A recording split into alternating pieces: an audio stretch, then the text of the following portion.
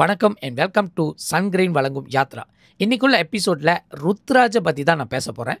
நாடு தழுவிய அளவில் அங்கங்கே பேசப்பட்ட இந்த ஒரு விஷயத்தில் நீங்களும் உங்களோட கருத்துக்களை திணிக்கிறீங்களே கேட்டால் இல்லை. என்னோட ருத்ராஜை போட்ட எக்ஸ்பீரியன்ஸ் தான் நான் வந்து ஷேர் பண்ண போகிறேன். இடத்துல 1 வருஷம் ஆக போகுது இந்த ருத்ராஜும் போட்டு. ஸோ இந்த ருத்ராஜை வந்து யாரெல்லாம் போடலாம், எதுக்காக போடணும், எந்த மாதிரி போடணும், அதே நேரத்தில் எந்தெந்த வாய்க்கைகளில் போடணும், எந்த நேரத்தில் போடணும்னு சொல்லிட்டு பல பேர் என்னோட லைஃப்லையும் கேட்டிருந்தீங்க, சில வீடியோஸ்லையும் கேட்டிருந்தீங்க. அவங்களுக்கெல்லாம் ஒரு குறிப்பு கொடுக்குற மாதிரி தான் இந்த ருத்ராஜோட வீடியோஸை செஞ்சு போட போகிறேன்.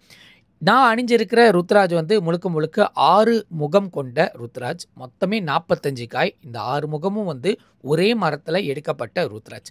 இந்த ருத்ராஜ் வந்து எங்கேருந்து வாங்கினீங்க அப்படின்னு கேட்டிருந்தாங்க சில பேர். இந்த ருத்ராஜ் வந்து திருவண்ணாமலையில் ஒரு ஆதீனம் இருக்காங்க. அவங்க சிவனோட வழிபாட்டில் இருக்காங்க. அவங்களுக்கு உரிய ஒரு மரங்கள் நேபாளில் இருக்குது. அந்த மரத்துலேருந்து கொண்டு வந்து பிறகு யாரெல்லாம் கேட்குறாங்களோ, எதை நோக்கி கேட்குறாங்களோ அவங்களுக்கு சார்ந்து இருக்கிற மாரி அந்த ருத்ராஜை வந்து கோர்த்து சிவபெருமான் பாதத்தில் வச்சு பூஜைகளை செஞ்ச பிறகு 3 நாள் கழித்து தான் நம்ம கையிலே ஒப்படைப்பாங்க. நான் திருவண்ணாமலைக்கு கிரிவலம் போகும்போது இந்த ஆதீனத்துக்கு போயிருந்தேன். இந்த ஆதீனத்தில் வந்து என் மனைவி வந்து இந்த ஆதீனத்துக்கு வந்திருந்தாங்க. ஸோ அதனால் அவங்களுக்கு இந்த ஆதீனம் பழக்கனால எனக்கு அந்த தனிப்பட்ட முறையில் இந்த ருத்ராஜை பார்த்து நான் கஸ்டமைஸாக கேட்டிருந்தேன். அவங்க எனக்கு செஞ்சு சென்னையில் தான் என் கையில் ஒப்படைச்சாங்க. சென்னையில் கிடச்ச இந்த ருத்ராஜம் அது அப்போ போட ஆரம்பித்தது. இப்போ வரைக்கும் நான் அணியறதை வந்து நான் நிப்பாட்டவே இல்லை. பிறகு இந்த ருத்ராஜம் போட்டு நான் தமிழ்நாட்டுக்கு 3 தடவை போயிட்டு வந்துட்டேன். 6 படைகளை வந்து 3 தடவை பார்க்குறதுக்கு வாய்ப்பு கிடச்சி. ஸோ இந்த ருத்ராஜ் வந்து நம்மளுக்கு எப்படி செயல்படும், எந்த வகையில் செயல்படும் சொல்கிற பல விதமான வீடியோஸ் இருக்குது. நம்ம மலேசியாவுக்குள்ளே ஓடிக்கிட்டு இருக்க இந்த வீடியோஸை தவிர்த்து தமிழ்நாட்டில் பல குருமார்கள் சொன்ன வீடியோஸ் யூடியூப்பில் இருக்கும். அதை நீங்கள் தட்டிட்டு எல்லா ருத்ராஜ் சம்மந்தப்பட்ட வீடியோஸை பாருங்கள். அதில் உங்களுக்கு ஒரு கருத்து வரும், ஒரு உண்மைத்தன்மையான நம்பிக்கை வரும். அந்த நம்பிக்கையோட வழிபாட்டு பின் நீங்கள் தொடரலாம். ஸோ இந்த ஒரு விஷயத்தை தான் நான் சொல்லணும்னு நினச்சிருந்தேன். இப்போது எத்தனை வகைகள் முகங்கள் இருக்குது அப்படின்னு சில பேர் சொல்லியிருப்பாங்க, சில பேர் கேட்டிருந்தாங்க. இடத்துல ஒரு 13 to 17 வகைகள் இருக்குது. பிறகு கௌரி சங்கர்னு ஒரு ருத்ராஜ், இதுக்கு முன்னாடி நான் கௌரி சங்கர் போட்டிருந்தேன். ஆனால் அது கழண்டு விழுந்துருச்சு. அது திருவண்ணாமலைக்கிட்டே இந்த கழண்டு விழுந்துருச்சு. அதுக்கப்புறம் என்னால் கண்டுபிடிக்க முடியல.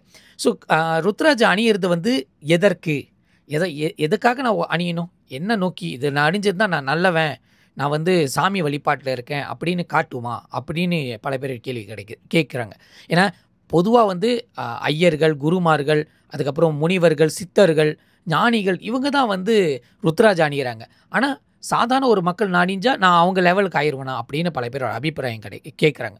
ஸோ அந்த அபிப்பிராயம் அதை நோக்கி கிடையாது. உங்களுக்கு எண்ணம் இருக்குது நான் ருத்ராஜ் போடணும்னா நீங்கள் தாராளமாக போடலாம். ஆணும் போடலாம், பெண்ணும் போடலாம். எந்த ஒரு தவறும் கிடையாது. குழந்தைகளும் போடலாம். பிறகு இது பெண்கள் அணியறதுனால அவங்களுக்கு மாதாந்தோறும் நடக்கிற இந்த ஒரு பெண்கள் சம்மந்தப்பட்ட விஷயத்தில் வந்து அது பாதிக்குமா, அது அவங்களுக்கு இம்பேக்ட் பண்ணுமா கேட்டுமா, இது வரைக்கும் சொன்ன குருமார்கள் அதுக்கும் இதுக்கும் சம்மந்தமே இல்லை. இது ஒரு கவசமாக தான் இருக்குது அப்படின்னு சொல்லியிருக்காங்க. பிறகு இறப்பு வீட்டுக்கு போகலாமா கேட்டோமா, அதுக்கும் இதுக்கும் சம்மந்தம் இல்லை. அது இயற்கையாக அவருக்கு நடந்த ஒரு நிகழ்வு. உங்களுக்கு அது போகணும்னு நினச்சிங்கன்னா நீங்கள் போகலாம், இல்லை போகக்கூடாதுன்னு நினச்சிங்கன்னா நீங்கள் போகாமல் இருக்கலாம். ஆனால் ஒருத்தவங்க இருந்து வாழ்ந்து இறந்து போயிட்டாங்கன்னா அவங்களோட துக்க காரியத்தில் நம்ம கலந்துக்கிறது நம்மளோட கடமையாக வச்சுக்கணும். அதனால் ருத்ராஜ் அணிஞ்சு போகிறது தவறே கிடையாது சொல்லியிருக்காங்க. குழந்தைகள் பிறந்து வச்சுருந்தாலும் சரி, இல்லை மற்ற விஷயங்களை இந்த ருத்ராஜை வந்து நம்ம போடணுமா வேணாமா அப்படி இருக்க அபிப்பிராயத்தில் உங்களுக்கு ஒரு ஜஸ்டிஃபிகேஷன் இருக்கும். அந்த ஜஸ்டிஃபிகேஷன் இருக்கிற யூடியூப் வீடியோஸில், அதுவும் சிறந்த குருமார்களோட வீடியோஸை எடுத்து பார்த்துட்டு அவங்களோட விஷயத்தில் நீங்கள் பின்பற்றலாமா சொல்லிட்டு அலசி ஆராய்ஞ்சிட்டு பிறகு நீங்கள் போடலாம். ஸோ இன்னொரு விஷயத்தை இதை ஒட்டி என்கிட்ட கேட்டிருந்தாங்க, இது சாப்பிட்றதுனால வந்து இந்த ஆட்டு இறைச்சி, கோழி இறைச்சி, மீன் இறைச்சி இதெல்லாம் விட்டுறணுமே, அப்போ இதெல்லாம் விட்டால் தான் நான் போட முடியுமா அப்படின்னு ஒரு அபிப்பிராயம் இருக்குது. ஸோ ருத்ராஜுக்கு வந்து அதுக்கு ஒரு கிளஸ்டரே கிடையாது. அது வந்து யூனிவர்சலாக இருக்குது. அதாவது தமிழர் தான் போடணும், இந்தியர்கள் தான் போடணும்னு சொல்கிற எந்த ஒரு கிளஸ்டரும் கிடையாது. சீனர்களும் போடலாம், வெள்ளைக்காரங்களும் போடலாம், இல்லை ஆப்பிரிக்காக்காரங்களும் போடலாம், யார் வேணால் போடலாம். ஏன்னா ருத்ராஜ் வந்து ஒரு பொதுவான ஒரு விஷயம். ஆனால் இதை போடும் போது தற்பொழுது அவங்க வந்து மாமிசம் அறிவாங்க, சூதாட்டத்தில் அதிகமாக இருப்பாங்க, அதே நேரத்தில் தண்ணி அடிக்கிறவங்களா இருப்பாங்க, சிகரெட் குடிக்கிறவங்க. அது போடும் போது அவங்களுக்கு வந்து ஒரு அச்சம் வரும். ஐயா, சிவனோட விஷயத்தை, ஒரு சின்னத்தை வந்து நான் போடுறேன், இதனால அவரை நான் அசிங்கப்படுத்துகிற மாரியே இருக்கே அப்படின்னு ஒரு எண்ணம் தோணும் போது அவருக்கு என்ன நடக்கும்னா, கொஞ்சம் கொஞ்சமாக அந்த ருத்ராஜை அவருக்கு ஏற்ற மாரி மாறும். அதாவது ருத்ராஜ் வந்து எப்படி சமயத்துக்கு ஏற்ற மாரி அந்த மனிதரை வந்து மாற்றி அமைக்கும். ஸோ அதனால் அவர் அணியும் போது இப்போ வாரத்துக்கு வந்து 7 நாள் சிகரெட் அடிக்கிறவர் இருப்பார். சடனாக பார்த்தா ஒரு 6 நாள் குடிக்கிறது குறைஞ்சிரும். அதுக்கப்புறம் 5 நாள், அதுக்கப்புறம் 3 நாள், அதுக்கப்புறம் அது குடிக்கிறதே மறந்துடுவார். அவர் என்ன தோணுன்னா, நான் ருத்ராஜ் அணிஞ்சிருக்கேன், சிவபெருமான் என்னை பார்க்குறாரு, அவர் தூரத்துலேருந்து என்னை ஆசீர்வாதம் பண்ணுவார். ஸோ அதனால் நான் வந்து நல்லவனாக மாறணும், நான் இந்த விஷயத்தெல்லாம் விட்டு விளங்கணும். இதெல்லாம் வந்து டெம்பரவரி, இந்த மாய லோகத்தில் இருக்கிற சுகங்கள். இந்த ஆடு சாப்பிடாமல் இருந்தால் செத்து போயிடுவேன், கோழி சாப்பிடாமல் இருந்தால் செத்து போகிறேன், இந்த கருத்துலேருந்து நான் வெளியாகி சைவ நெறியை கடைப்பிடிப்பேன், வீகனாக மாறுவேன், வெஜிடேரியனாக இருப்பேன் அப்படின்னு நான் மனப்பக்குவத்துக்கு வரும்போது டெஃபினெட்லி என்னோடய வாழ்க்கையை வந்து மாற்றி அமைக்கும். ஸோ இந்த ஒரு ருத்ராஜை அவங்க கையில் அணியாத வரைக்கும், அவங்க கழுத்தில் வந்து அதுவும் இந்த தொண்டைக்குழியில் அணியாத வரைக்கும் அந்த ஒரு மாற்றத்தை வந்து அவங்க பார்க்க போகிறதில்ல. ஸோ முடிஞ்சால் உங்கள் ஃபேமிலி மெம்பர்ஸ்கில் கண்டிப்பாக யாராச்சும் ஒரு ஆளுக்கு நீங்கள் ருத்ராஜை வாங்கி அவங்களுக்கு வந்து அணிய சொல்லி கொடுக்கணும். அதுக்கப்புறம் அது இருக்கும்போது கொஞ்சம் இரிட்டேஷனாக இருக்கும். என்னடா இது இந்தமாரி கட்டு போட்ட மாதிரி இருக்கும், அதே நேரத்தில் அன்ஈஸியாக இருக்கும். ஆனால் அது நாளடைவில் வந்து எல்லாத்தையும் மாற்றி அமைக்கும். ஏன்னா ருத்ராஜுக்கு உண்டான பவர். சரி, இத்தனை முகங்களில் வந்து நான் என்ன முகங்கள் போடுறதுன்னு இருக்குது. சில பேர் வந்து இந்த முகங்கள், அதாவது இந்த முகத்துக்கு ஏற்ற மாரி ராசிகள் இருக்கும், அந்த ராசிக்கு ஏற்ற மாரி அந்த முகங்களை வந்து நம்ம தேர்ந்தெடுத்து போடலாம். அதே நேரத்தில் ஒவ்வொரு சில முகங்கள் வந்து எக்ஸ்பென்சிவாக இருக்கும், சில முகங்கள் வந்து காமனாக கிடச்சிரும். இது பார்த்தோமா பொதுவாக அப்படி நீங்கள் ஆரம்பிக்க போகிறீங்கன்னா ருத்ராஜ் போடுறதுக்கு நீங்கள் 5 முகத்துலேருந்து ஆரம்பிக்கலாம். இது பொதுவாக ஒரு முகம், யார் வேணால் போடலாம். அதே நேரத்தில் இதை போட்டுட்டு நம்ம வந்து தினமும் வந்து தியானம் பண்ணணுமா, தினமும் வந்து சாமி கும்பிடணுமா அப்படி கேட்டோமா, நீங்கள் பொதுவாக வாழ்க்கையில் காலையில் எழியும் போது எப்படி இறைவனுக்கு நன்றி சொல்லுவீங்களோ, தூங்கும் போது எப்படி இறைவனுக்கு நன்றி சொல்லுவீங்களோ, அதே போன்று தான் இந்த ருத்ராஜுக்கும். சாமி மேடைக்கு போகும்போது நீங்கள் சாமி சிந்தனையோட, அதாவது முருகரோட சிந்தனையோ, இல்லை சிவபெருமான சிந்தனையோ, துர்க்கை அம்மனோட சிந்தனையோ, ஐயப்பனோட சிந்தனையோ நீங்கள் இருந்து பூஜைகள் செய்யும்போது அந்த ருத்ராஜு எப்படி உங்கள் உடம்புல இருக்கோ அதேமாரி அந்த எல்லா விஷயமும் உங்களோட நன்மைக்குள்ளே அடங்கி வரும். ஸோ இது ருத்ராஜோட தனிப்பட்ட பவர். அது வந்து காஸ்மிக் மாரி நம்மளை சுற்றி நம்மளை மாற்றி அமைச்சிரும். அது காலங்கள் ஏற்ற மாரி அது மாற்றி அமைக்கும்.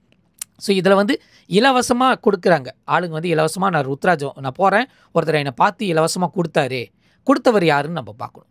கொடுத்தவருக்கும் உங்களுக்கும் என்ன தொடர்பு இருக்குதுன்னு பார்க்கணும். உதாரணத்துக்கு என் மகனுக்கு நான் கொடுத்தேன்னா இது என்னோட உறவு இருக்குது, அதனால் கொடுக்குறேன். என்னோட அக்கா தம்பி அண்ணன் தங்கச்சிக்கு நான் கொடுக்குறேன், இது உறவு இருக்குது. அப்பா அம்மாவுக்கு சொந்த பந்தங்கள் நான் கொடுக்குறோம், உறவுகள் இருக்குது. உறவுகளை வந்து கருத்தில் கொண்டு அவங்களுக்கும் நல்லது நடக்கும்னு சொல்லிட்டு நம்ம ருத்ராஜ் கொடுக்கணும்.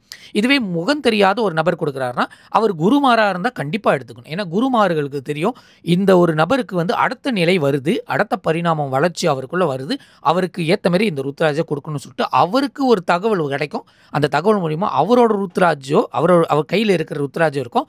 பொதுவாக வந்து தியானம் பண்ணி வச்சுருப்பாங்க, இல்லாட்டி பூஜை அறையில் வச்சுருப்பாங்க, அதை எடுத்து கொடுப்பாங்க. அவங்க அணிஞ்சதை வந்து எப்போது கொடுக்க மாட்டாங்க, அன்லெஸ் அவங்களுக்கு ஏற்ற மாரி ஒரு விஷயம் இருக்கும். அது வந்து கொஞ்சம் டிப்பிக்கலாக இருக்கும். ஸோ அந்த ஜோனருக்கு நான் தொட விரும்பலை. இதுவே நீங்கள் வழிபோக்கன் எனக்கும் உங்களுக்கும் தெரியல, ஆனால் ஒருத்தர் வந்து உங்களை பார்த்துட்டு நான் வந்து இலவசமாக கொடுக்குறேன், நான் வெளியூருக்கு போயிட்டு வந்தேன், எனக்கு வந்து ருத்ராஜை கிடச்சி நான் உங்கள்கிட்ட கொடுக்குறேன்னு சொன்னார்னா, இதை நீங்கள் வாங்கும் போது 2 வகையான முறை இருக்குது. ஒன்று, நீங்கள் எடுக்கும் போது என்னத்துக்கு எடுக்கிறீங்கன்னு கேட்டு எடுக்கணும். 2வது, அது உங்களுக்கு அவசியமாக இருந்தால் நீங்கள் எடுக்கணும். ஸோ இந்த 2 விஷயத்த நீங்கள் தான் நிர்ணயிக்கணும். வாங்குற நீங்கள் தான் நிர்ணயிக்கணும். கொடுக்குற ஆள் வந்து பொதுவாக கொடுக்குற மாதிரி தான் இருக்கும். இப்போ நீங்கள் எடுக்க போகிறீங்கன்னா அந்த நம்பருக்கு நீங்கள் காசோலையாக நீங்கள் ஏதாச்சும் கொடுத்தாகணும். அதாவது ஒரு வழியா இல்லாட்டி 5 வழியா இது நான் வாங்கிக்கிறேன் அப்படின்னு சொல்லிட்டு தான் நீங்கள் எடுக்கணும். ஏன்னா அதுக்கப்புறம் அது உங்களோட உரியதாக இருக்கும். ஏன்னா அது முகம் தெரியாத ஒரு நபர், அவர் எந்த நிலையிலேருந்து கொடுக்குற நம்மளுக்கு தெரியாது. ஆனால் வாங்குற நம்ம ஒரு இக்கட்டான நிலையில் வாங்குற மாதிரி இருக்கும். ஸோ அதனால் வாங்கிட்டு அந்த ருத்ராஜை வாங்கிட்டேன், இது நான் போட்டே ஆகணுமான்னு கேட்டோமா, அது உங்களோட ஜஸ்டிஃபிகேஷன். நீங்கள் எடுத்து பூஜை அறையில் கூட வச்சுக்கலாம், அல்லது நீங்கள் எடுத்து கழுத்தில் கூட மாட்டிக்கலாம். கயிறு போடுறதா இருந்தால் கண்டிப்பாக சிகப்பு கயிறில் போட்டால் பெட்டர். இதுவே வந்து உங்களுக்கு வளம் இருந்துச்சா தங்கத்தில் கூட செஞ்சு போட்டுக்கலாம், அல்லது சில்வரில் கூட போட்டுக்கலாம். ஸோ அதில் வந்து எந்த ஒரு நிபந்தனை கிடையாது. ஸோ இந்த விஷயம் இப்படி தான் பார்க்கப்படும். ஸோ பொதுவாக வந்து ருத்ராஜை வந்து இலவசமாக கொடுக்குறாங்க சொன்னோமா, அதை வாங்கும் போது நம்ம கொஞ்சம் காசு கொடுத்து எடுத்துக்கிட்டோமா, அது வந்து உங்களோட உரியதாக இருக்கும். ஏன்னா என்னோட பணம் நான் செலவிட்டு நான் எடுத்திருக்கேன்னு. இதுவே குருமார்கள் கொடுக்குறதா இருந்தால் அது வந்து உங்களுக்கு உரியது. அது வந்து தட்சணை மாதிரி நீங்கள் தட்சணை அவருக்கு உண்டான தட்சணையை நீங்கள் கொடுக்குறீங்க, அவர் உங்களுக்கு வந்து ஒரு விஷயம் வந்து கொடுக்குறாரு. ஸோ இந்த ஒரு விஷயத்தை வந்து நீங்கள் கருத்தில் கொண்டு ருத்ராஜ் அணியிற விஷயத்தில் நீங்கள் கொஞ்சம் கவனத்தை கொண்டு நீங்கள் செயல்படுங்க. எனக்கு ருத்ராஜ் வந்ததுலேருந்து எனக்கு வாழ்க்கை மாற்றம் அதிகமாக இருந்துச்சு. உங்களோட மாற்றமும் கூடிய விரைவில் அமையும், அதுவும் உங்கள் மனதார அமையும் என்று எல்லாம் வல்ல சிவபெருமானை வந்து பிரார்த்திக்கிறேன். அவன் அவன் அருளாலே அவன் தாழ் வணங்கி.